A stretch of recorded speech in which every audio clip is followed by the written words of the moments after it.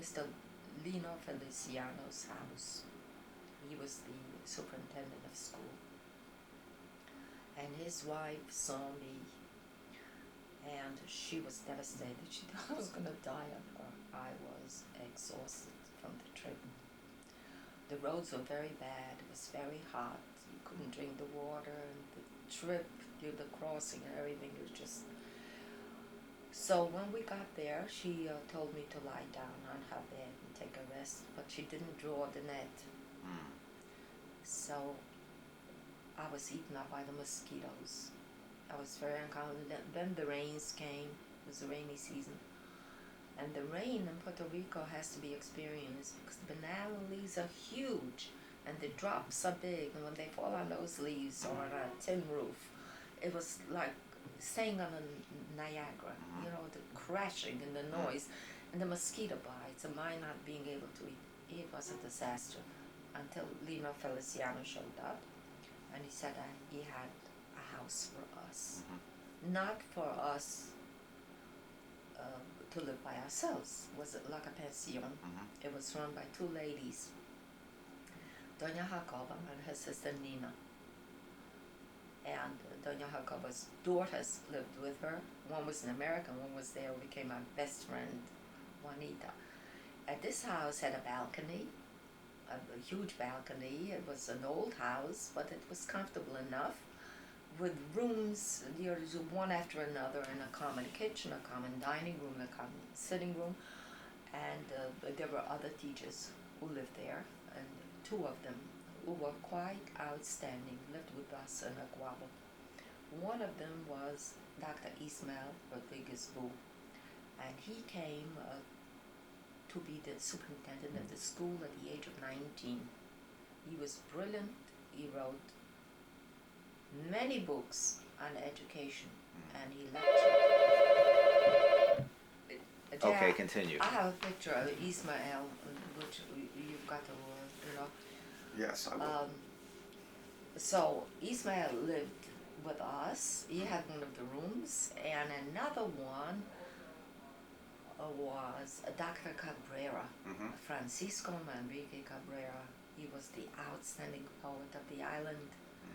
Both of these young men were educated in Madrid, and they came from Spanish families. There's a difference between the Puerto Rican people and the ones who came from Spain. There's a different mixture. The ones who came from Spain were the real Spaniards. Their language was different. They were Spanish educated. Manrique taught in the same school as Daddy did. And I've got a little lapse of memory there. We lived with both of them. But whether Manrique taught in Naguabo or in Caguas I'm sure of. Anyway, you'll have to cut a little bit out because I'm hazy here. The rest of them were all Puerto Rican teachers. Prof taught in Ceiba. Ceiba is a smaller town, and since he didn't have a wife, he lived alone. A bachelor did give him a smaller town. But he lived in Aguabo with us. He had one of the rooms. And that was the time when Daddy took courses in Villa Piedras in the University of Puerto Rico to further his education. And so he and Prof went in every Saturday. They took courses and they went to San Juan or whatever. And Daddy is not going to tell you this, but I can tell you he was an excellent teacher. He's not going to say I was an excellent teacher, but I can say it. Because I attended one of the classes when he was observed. This is what they call observing the teacher. They had experts go through all the schools observing the teacher in action. That he was really superb, a very good teacher. I always felt that in doing anything else in Mr. Schooling, he should have remained in the classroom to teach. He did a lot of innovative things for the children. He did a lot of things for the children there in Aguabo, and I don't think they'll ever forget him. because he is a giving person. And it wasn't a question of looking at your watch, it's 3 o'clock, class dismissed. It wasn't like that. After class, he did a lot of programming for them. He taught them how to play football. We did a lot more when we lived in Caguas, and we had our own house. When he was teaching in high school, he was promoted. He was teaching in high school. But while we lived in Naguabo, I marked the children's papers, the class papers, you know. He was busy with studies after all. And we had some extraordinary experiences that year in Naguabo. We made wonderful friends, and we participated in the activities of the community. See, like a neighbor of mine, her kitchen faced mine. No, this is Caguas already. I can't talk about Conchita. No. In Naguabo, I had difficulty with the food. I couldn't eat anything, and I picked up dysentery, which I had for 2 years, by the way. I didn't know that the climate wasn't good for me, but I stayed on no matter what, and the only thing I could eat was ensalada de fruta, the little cans, the fruit salad. Yes. Okay, and tea. Yes. You see, and I couldn't eat the food. I was really in bad shape. But I don't want to go into the food as much as I want to go into the people themselves. There was a servant. We had a servant in the house who did the cleaning. But there was another servant who lived outside the house in a little tent. And she, Julia, I'll never forget her. Oh my God. She was very young, and she was having a second child. And she had the child on the floor. On the floor. On a dirt floor. Now, when I went to Puerto Rico, I took a trunk with me, and in the trunk I had linens, a lot of things, because I was going to get my own little house. I thought I would have those things.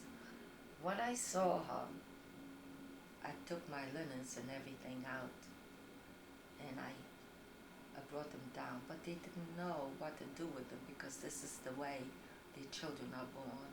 And then I saw a little boy, Louis. He was 5 years old. He was exactly Eugene's age. He was running around naked. I wrote to Manya, could she send some clothes? She sent a package of Eugene's things. You know, I didn't realize children don't wear clothing in the tropics, especially poor children. I don't know what to do with them. Clothing need care. How are they going to wash them? How are they going to clean them? What for? Where are they going to put them? They just live on the floor and in a hammock. So when I gave Julia the clothing for Julia, she didn't know what to do with them. The second year, when I came back and we went to Caguas to live in Caguas, the first thing I wanted to do was go back to Naguabo, see my old friends, Juanita and Amanda, and this poor family. And when I came there, she said, se fue. Julio se fue. He died. The little boy that I loved so much, se fue. See, I always wanted to have a child, and while he was there, I used to play with him, you know, bring him clothing. And when she said that, I went into the room and I cried. She never cried like that.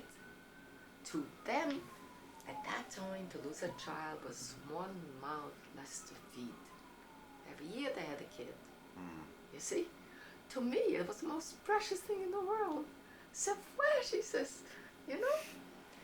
So, we did go back to Naguabo many times, even though in Caguas, our life was a little more sophisticated. In Caguas, we had our own little house. And a servant. Servants there, I mean, there are must. No white family lives there without a servant. There weren't very many white families. There were maybe 8 Jews on the entire island, and I never saw one of them in the 2 years I lived there. Never one. We lived in Caguas. There's a picture of the house there with Maria serving the window, waving to me. And I treated her, having been a communist. I couldn't treat her like I said. I wanted her to sit and eat with us at the table. She would not do it. I tried in every way to make life a little bit easier for her because of my class consciousness. Yes.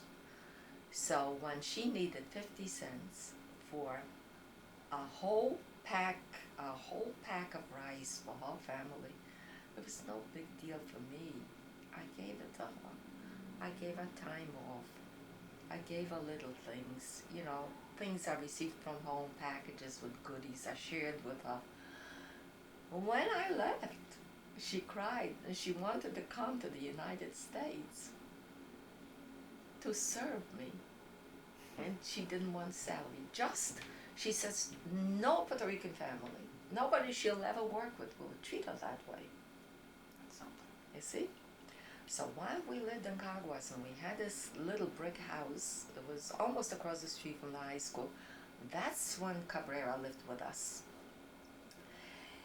Prof, of course, he insinuated himself on us for the 2 years. Nobody asked me. They palled around Daddy and Prof, Nobody asked me to come in or not, but I didn't do the menial work. We had Maria to do all that, and I just supervised. So there was Prof living with us and Cabrera. Cabrera came in for dinner one day. He was in the same high school. And he says, I want to live with you. I said, look, Manrique, we have an empty room. I can't furnish it. He says, I'll furnish it myself. Which he did. And in the morning, we tune on the radio. We listen to poetry by Francisco Manrique Cabrera. And he is sitting at breakfast, reciting with us, the poet. The very poet is sitting there sipping his coffee, reciting the poetry. I said, we had a lot of fun with him, but he was a rascal. Okay. A lot of things I don't want to talk about him. Really? Puerto Rican, very forward. The man is very forward. Very forward. Very forward. But nevertheless, we had returned several times to Puerto Rico. We always look up Ismael, Dr. Boo, and who is a perfect gentleman. I loved him. I really did. He came up to the States several times, and I saw him once or twice. And we went to visit Manrique. Manrique had passed away a few years ago. He had written a lot of poetry, and he taught in the university. And Ismael Rodriguez Boo became the head, a very high position, the University of Puerto Rico, Rio Piedras. Everybody knows him. He's got a home in Luquillo Beach, and he has a beautiful home in Santurce. We have pictures of that home with him and his second wife and his in-laws. He took us to Luquillo Beach for dinner once, and we had a wonderful, wonderful time with him. Very, very charming gentleman. I have a lot of pictures of both of them, if you're interested. Yes, I am, and I will get those photos and put them into the video. Yeah. Let me move on. Let me move on past Puerto Rico. Yeah. You want to go past, because there was a friend I had there, Juanita. She was my best friend on the island, Jay. I've got to say something about her. Yes. I've got a silver cup here. That's her only possession that she had in life. She never married. We lived with her mother, Doña Jacoba. Juana was Doña Jacoba's daughter. She also taught in the school. She was so good to me. She was so good to me. The last time we were there, we couldn't trace her. So we knew that she had a niece, Violeta, and we traced Violeta. It seemed that Juanita was hospitalized and she ran out of, or institutionalized. She ran out of the institution and they couldn't find her, and they demanded that a member of the family take care of her. And that was Violetta, her niece. And this is where we traced her down. We called Violetta, and her daughter answered the phone. And she said, Violetta is not here, but I am Violetta's daughter, and I am taking care of Juana. So we found the place. When was this now? This was maybe 8 years ago. I see, so 1983. We found the place, and when we came in there, she was sitting in a chair like a vegetable. She was so changed. I said to Daddy, could this be Juanita? He said yes, because of her eyes. She didn't know me, I didn't know her, but in her hand she held a rose, a flower, and all she could do is give it to me. That's the only thing. Whether this was Violetta's daughter's idea for her to present me with the flower, I don't know. Whether she had any idea of me at all, after knowing her so well for 2 years, I don't know. Yes. So this was Juanita. Yes. Well. Yeah, you want to go on? Let me move on so that we can cover the more recent events. Sure. So after the 2 years were up, then you came back. Came back.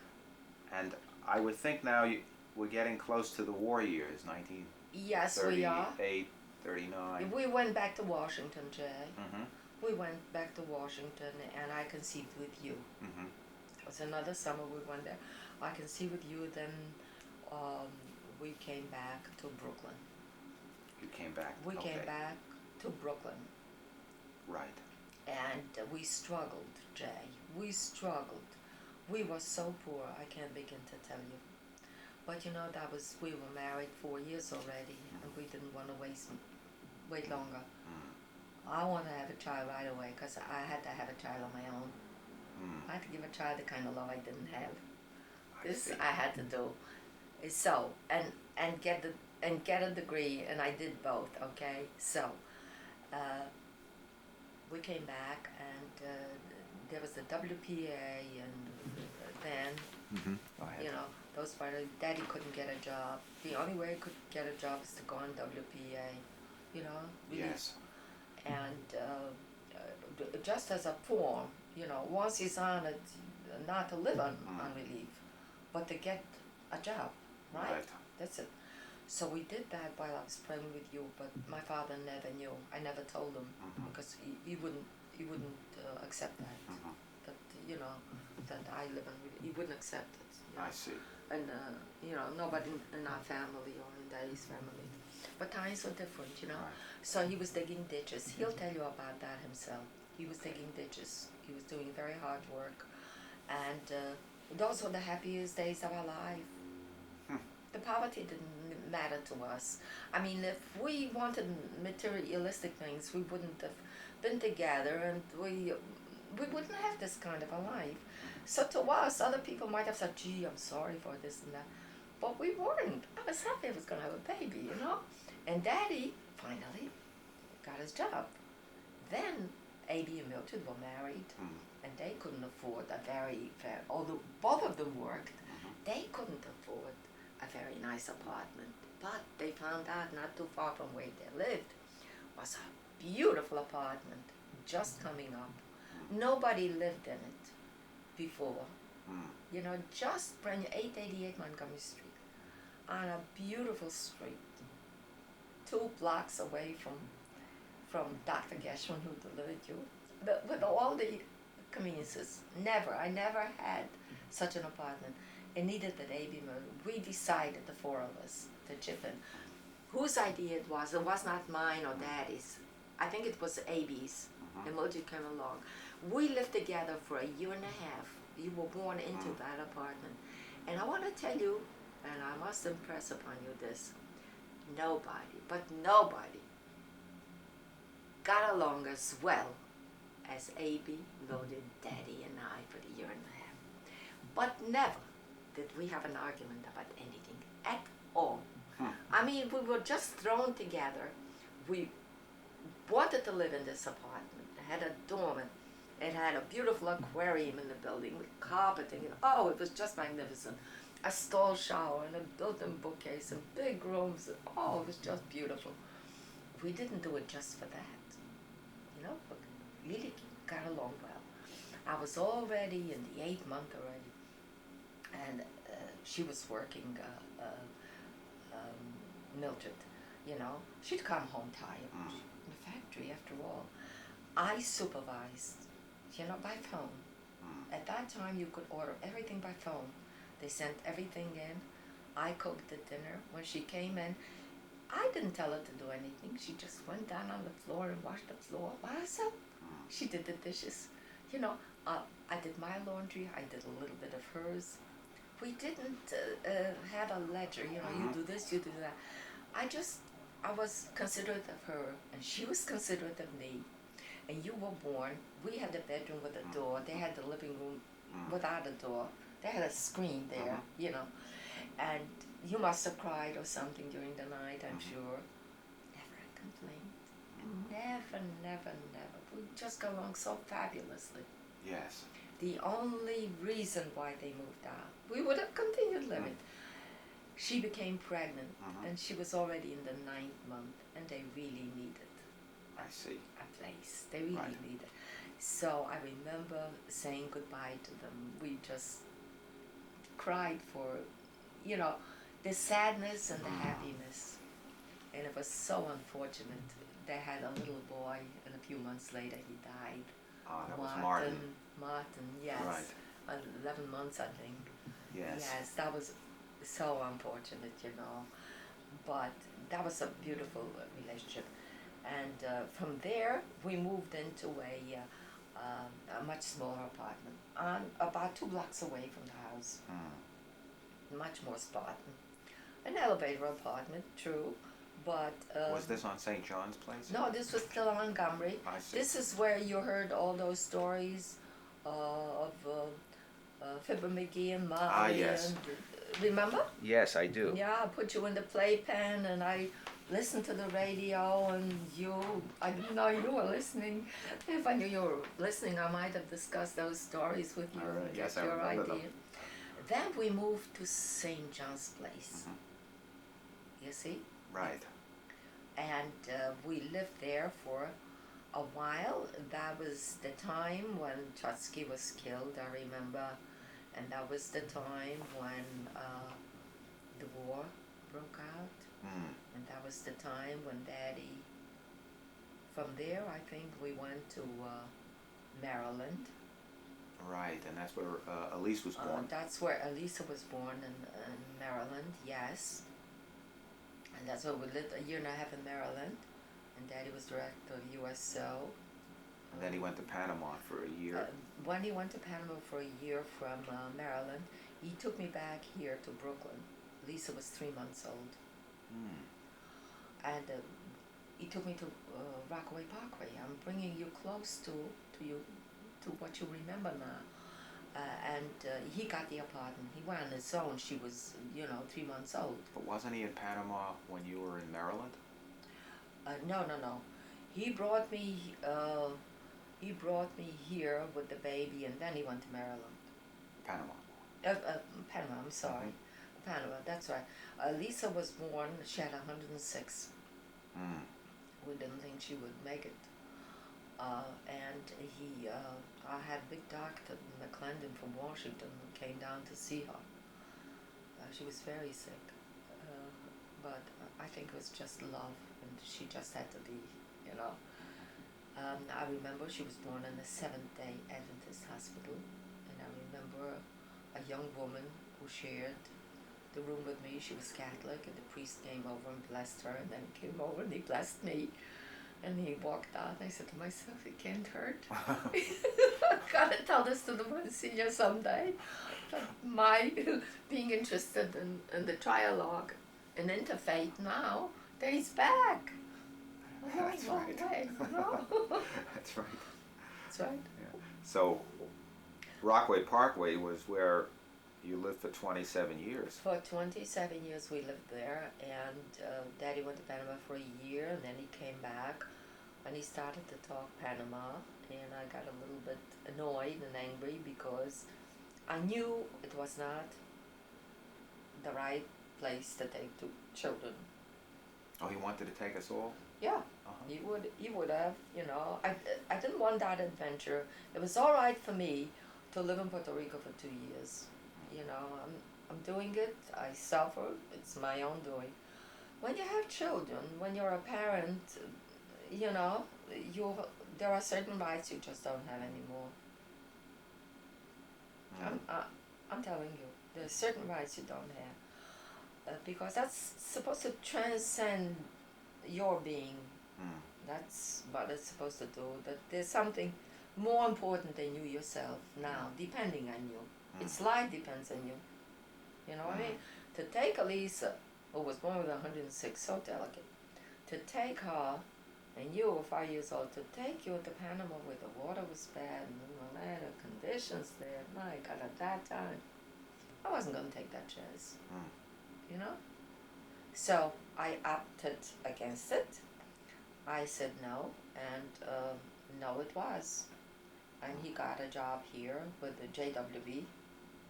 He got very nice recommendations because he did so many wonderful things in Panama for the soldiers. And you went to schools. The schools were good, as you recall.